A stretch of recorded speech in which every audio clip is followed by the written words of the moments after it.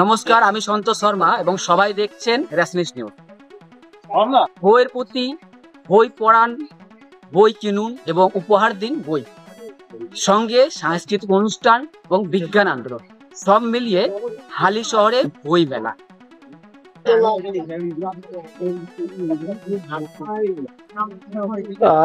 APDR এই বই মেলা থাকছে, মানে মানব অধিকারের লড়াইয়ের জন্য এপিডিআরও আছে।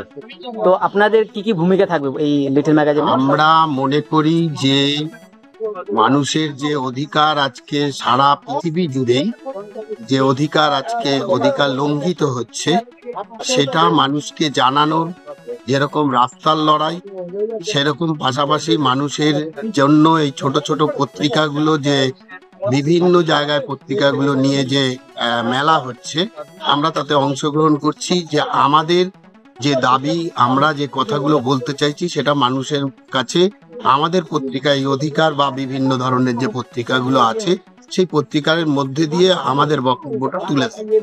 আপনারা জানেন যে গত কলকাতা বুক ফেয়ারে মনফকিরার উপরে যে আক্রমণ হয়, সেখানে প্যালেস্টাইনের একটা পোস্টার থাকার দরুন আরএসএস এবং বিজেপির যে গুন্ডা বাহিনী, তারা তার উপরে আক্রমণ করে। আমরা তীব্রভাবে সেইখানে মিছিল করি এবং তারপরে আপনারা জানেন যে বইমেলায় বিরাটভাবে প্রশাসনিকভাবে আক্রমণ নেমে আসে। বেশ কিছু মানুষের উপরে, আমাদের অধিকার আন্দোলনের বিভিন্ন কর্মীদের উপরে বিভিন্ন মিথ্যা মামলা চাপানো হয়। সেই কেসগুলো এখনো চলছে, যদিও তারা বেল পেয়েছে।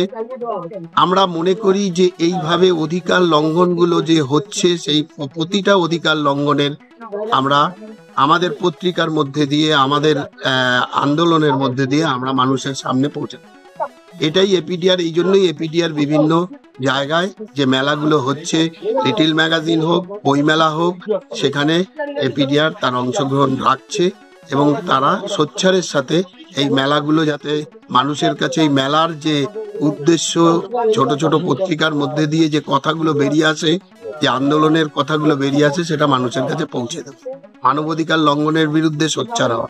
আজকে ভারতবর্ষের যে পরিস্থিতি, সেই পরিস্থিতিতে ভারতবর্ষের আগামী দিন মত প্রকাশের অধিকার থাকবে কিনা, এটা আমাদের সংশয় দেখা দিয়েছে। কারণ যে সরকার এখন চলছে, কেন্দ্রে যে সরকার রয়েছে, সেই সরকারগুলো বা বিভিন্ন রাজ্যে যে সরকারগুলো রয়েছে, তারা মত প্রকাশের অধিকার কেড়ে নিচ্ছে, সত্যি কথা বলার অধিকার কেড়ে নিচ্ছে, সাদাকে সাদা বলার অধিকার কেড়ে নিচ্ছে, কালোকে কালো বলার অধিকার কেড়ে নিচ্ছে। এই যে সমস্ত অধিকারকে কেড়ে নিতে চাইছে, হ্যাঁ, একমাত্র তাদের কথা বলা, এটাই তারা একমাত্র চাইছে। তাদের এই বিষয়টাকে আমরা বিরোধিতা করছি। আমরা বলছি যে মত প্রকাশের অধিকার এটা মানুষের জন্মগত অধিকার। এই জন্মগত অধিকারকে কিছুতেই লঙ্ঘিত হতে দেওয়া যায় না। এর জন্যই আমাদের এই লড়াই এবং এর জন্যই আমরা এই ছোট ছোট মেলাগুলো, বড় মেলা, সেখানে আমাদের অংশগ্রহণ। এই মেলাতে, হালিশহর মেলাতে আপনাদের বিশেষ কোন অনুষ্ঠান থাকছে? এই শনিবার রবিবার 3 দিন তো মেলা না, আমাদের একটা বলে নেই। আমরা মানবাধিকার সংগঠনের পক্ষ থেকে, যেহেতু এই মেলার সাথে একটা ক্লাস হয়ে যাচ্ছে, কারণ আমরা রবিবার দিন কাঁসাপাড়া যে মিউনিসিপ্যালিটিতে যে আপনার বিবেকানন্দ সভাকক্ষ আছে, সেখানে নতুন হয়েছে হলটা, সেখানে আমরা একটি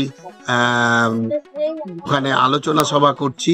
যে আলোচনার মূল বিষয়, যে কেন্দ্রীয় সরকার যে আইন এনেছে, ন্যায় সংহিতা এবং দণ্ড সংহিতা নিয়ে আলোচনা করবেন সুজাত ভদ্র, এবং এনআরসির বিষয়টা নিয়ে আলোচনা করবেন শর্মিষ্ঠা রায়, এবং এছাড়াও এখন যে কৃষক আন্দোলন চলছে, সেই কৃষক আন্দোলনের উপর আলোচনা রাখবেন হচ্ছে সোমপ্রকাশ চক্রবর্তী।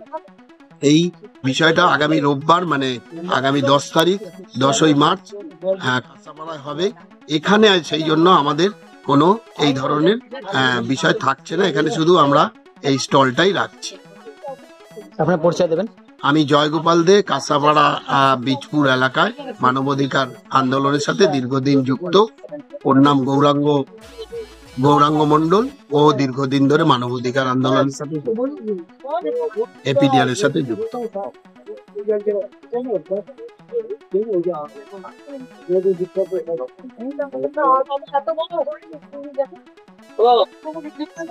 তো সবাই দেখতে থাকুন রেসলিং নিউজ, সঙ্গে আমি সন্তোষ শর্মা। নমস্কার।